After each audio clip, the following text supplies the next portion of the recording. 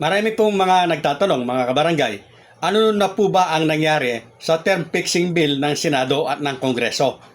Saan na ba sila? Marami po mga kabarangay yung iba ay nalilito siguro sa mga napapanood o nababasa. Magandang araw po ng linggo mga kabarangay, August 23 at 7:20 na po ng umaga. Marami pa rin po yung naghihintay na magkaukos ang Senado para makausad ang term fixing bill. Mga kabarangay, ang term fixing bill po na 2387 ay nasa second level na po. Nabasa na po sa first reading yan. Ganun din po, nabasa na rin sa first reading at nasa committee level na rin po yung term fixing bill ng Kongreso, ang 10713 at 10714. Diyan po nagkakatalo mga kabarangay dahil marami po yung mga nalilito at nagsasabi na hindi naman daw po first reading yung aking mga ipinos. Mga kabarangay, pag-uusapan po natin at gusto po nating ituwid yung ilang mga pagkakamali.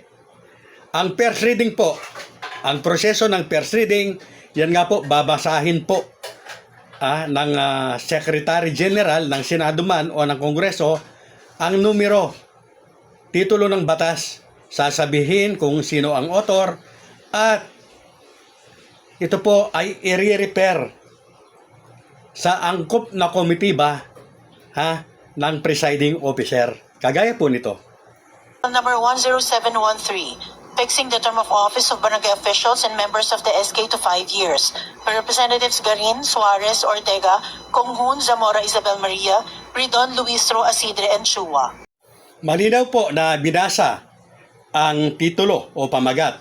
Sinabi rin po kung sino ang author o mga author. Ganon din po yung numero ng bill.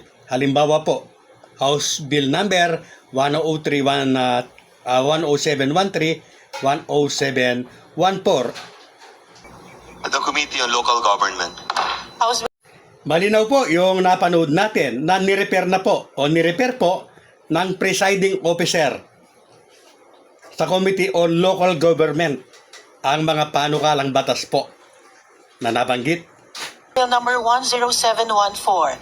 Fixing the term of office of barangay and SK officials to 5 years. By Representatives Libanan and Gonzales Christopher Sheen. The Committee on Local Government. Ang bill po ng Kongreso, House Bill number 10713 at House Bill number 10714 ay nasa committee level na po. Tapos na po sa first reading o unang panoorin naman po natin ang first reading ng Senate Bill 2387 po ng Senado na ang author po ay si Senator Chis Escudero.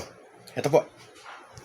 2387, fixing the term of office of barangay officials and members of the SK to 5 years, amending RA 12232, and for other purposes, Senator Escudero.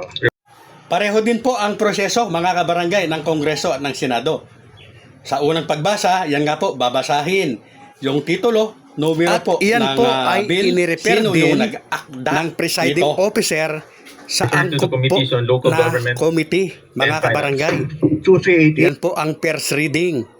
Sa mga nagsasabi po na wala pa sa first reading, ang Senate Bill number 2387, ay kayo na po yung bahala. Kung maniniwala kayo, ayaw ninyong intindihin, okay lang.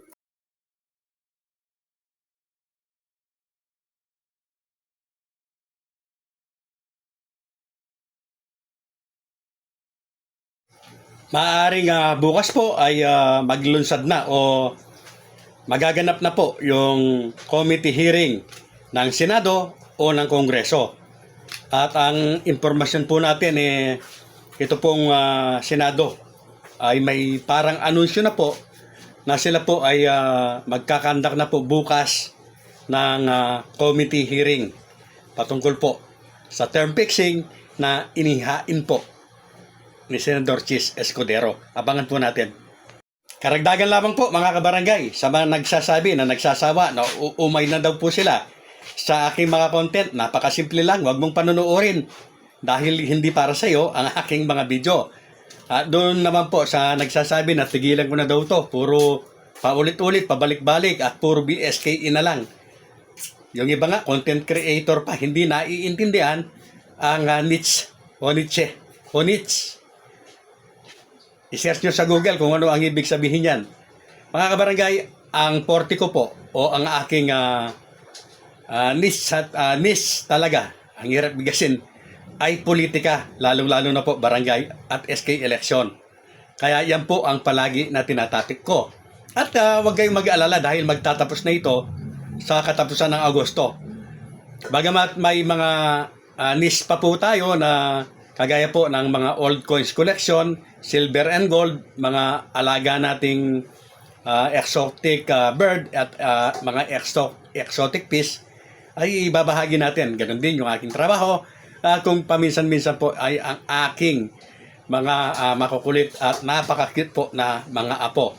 At ngayon po, kapampangan ka man o hindi, ay may pakuloo po ako na yung malalim na kapampangan. Kapag nalaman mo, alam mo ang sagot, alam mo ang ibig sabihin, may isang raffle ticket ka. Kapampangan ka man o hindi. At yan po ay iraraffle natin at ang premium po ay maaaring cash or maaaring silver jewelries. Sa mga hindi pa po nakaantabay sa ating page at hindi pa nakasubscribe, please lamang po, baka kayo ang susunod po na mananalo. Real Talks based on facts.